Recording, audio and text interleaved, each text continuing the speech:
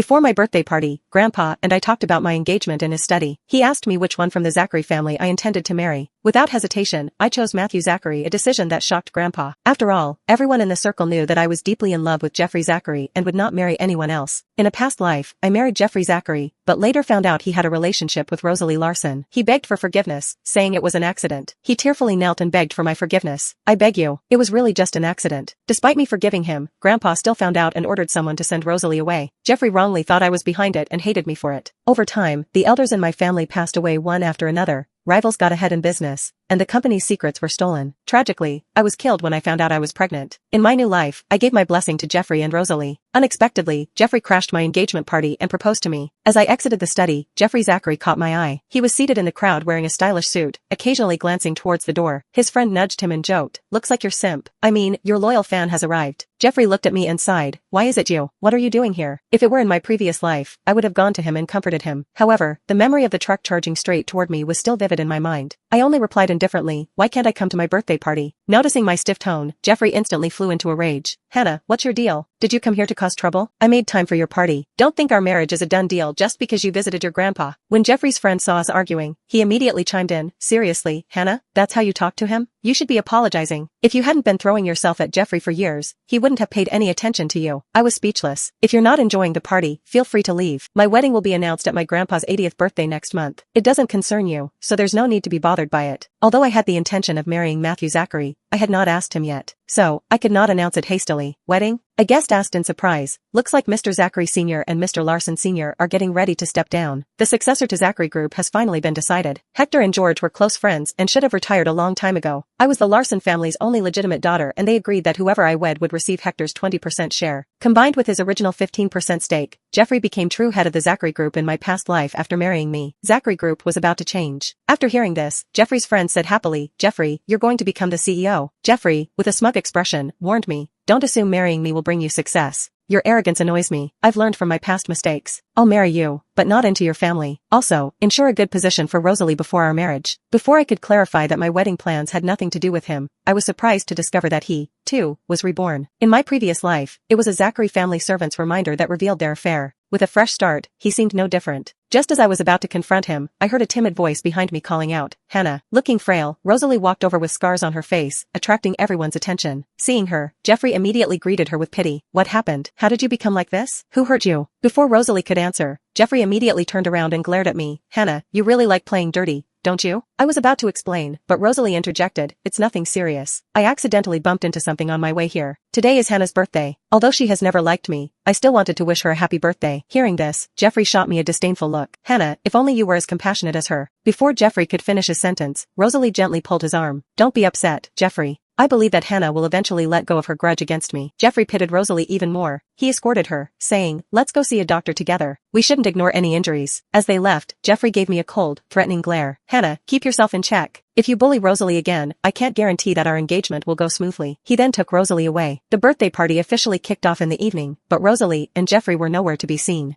It was not until the party was nearly over, with only the younger guests chatting and some business folks networking, that Rosalie and Jeffrey finally arrived. Rosalie had her outfit changed. Her face was flushed, and her lips were slightly swollen. Jeffrey appeared smug with faint red marks visible through the opening of his shirt. Everyone could immediately tell what had transpired between the two of them. Their mischievous gazes were directed at me. Only a few of my close friends shook their heads but stayed quiet. If it were in my previous life, I would have hurried over and slapped Rosalie. Now, I just picked up a cup of coffee from the table and sipped it calmly. Jeffrey cautiously shielded Rosalie behind him, anticipating my reaction. However, he became annoyed when I paid them no attention. Rosalie pulled Jeffrey over and kissed him as if no one else were around. Jeffrey did not resist and let her sit on his lap. Their behavior was no concern of mine, even though they seemed determined to degrade themselves. However, my best friend, Julia Lewis, could not bear it any longer. She pulled Jeffrey and Rosalie apart. "Rosalie, Jeffrey is about to become Hannah's fiancé. Do you have no shame?" Before Rosalie could refute, Jeffrey shouted, "Julia? I recall several Lewis family projects receiving investments from the Zachary family. On what grounds do you speak? Let me remind you, Hannah hasn't said anything. Who are you to lecture me?" "Jeffrey, watch your tone." Julia treated me sincerely. I would never allow Jeffrey to disrespect Julia. "Mr. Zachary Sr. hasn't retired yet. Are you so certain I chose you and you'll get that 20% stake?" Upon hearing Julia's words, Jeffrey paused briefly before bursting into laughter. "Are you saying this out of spite? Everyone in this circle knows that you're in love with me and won't marry anyone else." Then, as if remembering something, Jeffrey continued, "Whatever the reason is, Hannah, I hope you can forget the ancient hatreds. No matter how much you care about it, your mother won't come back alive, so everyone should get along. Rosalie is innocent. Innocent? I thought, stifling a laugh. When my mother was pregnant, Rosalie's mother came over with Rosalie and made a fuss. Rosalie's mother insisted that my father was forced to abandon her and aggressively accused my mother of being the mistress. As they argued, my mother was thrown down the stairs, and 2 lives were lost. Later, I found out that Rosalie was not my father's illegitimate daughter at all. She was instead the child of my uncle, who died early. Her mother was revealed to be a hostess, not the woman she claimed to be. Innocent? My mother and unborn sister are also innocent. I fell into deep thought as I recalled the past. Jeffrey thought I agreed with him and cheerfully remarked, "By the way, it's your birthday today." He untied his tie and tossed it to me, saying, "Here, this is for you." Rosalie immediately said, "Jeffrey, do you think Hannah will like it? She won't blame me for taking her original gift, will she?" She then adjusted her collar, revealing a necklace around her neck. Jeffrey reassured her, "Don't worry. Hannah only appreciates items I've handled." "And what do you mean by original gift? If I have given it to you, it's yours." The 2 of them chuckled mischievously. The tie hit my face hard. It felt as if I was slapped. I found it meaningless. In my previous life, I cherished items that Jeffrey had used. The pinky ring he wore when we first met, the tie he wore when we got married, and the watch he wore at the successor press conference. I asked for them one by one and put them in an exquisite box as treasures and evidence of our relationship. Jeffrey mocked me, saying that these were junk that would be thrown away after being worn once, and I was the only one who treasured them. Things were precious because of the emotions we attached to them. He did not love me, so he did not understand that. I sighed, picked up the tie that had fallen from me, and threw it into the trash can next to me. Trash should go in the trash can. Jeffrey was furious. Okay.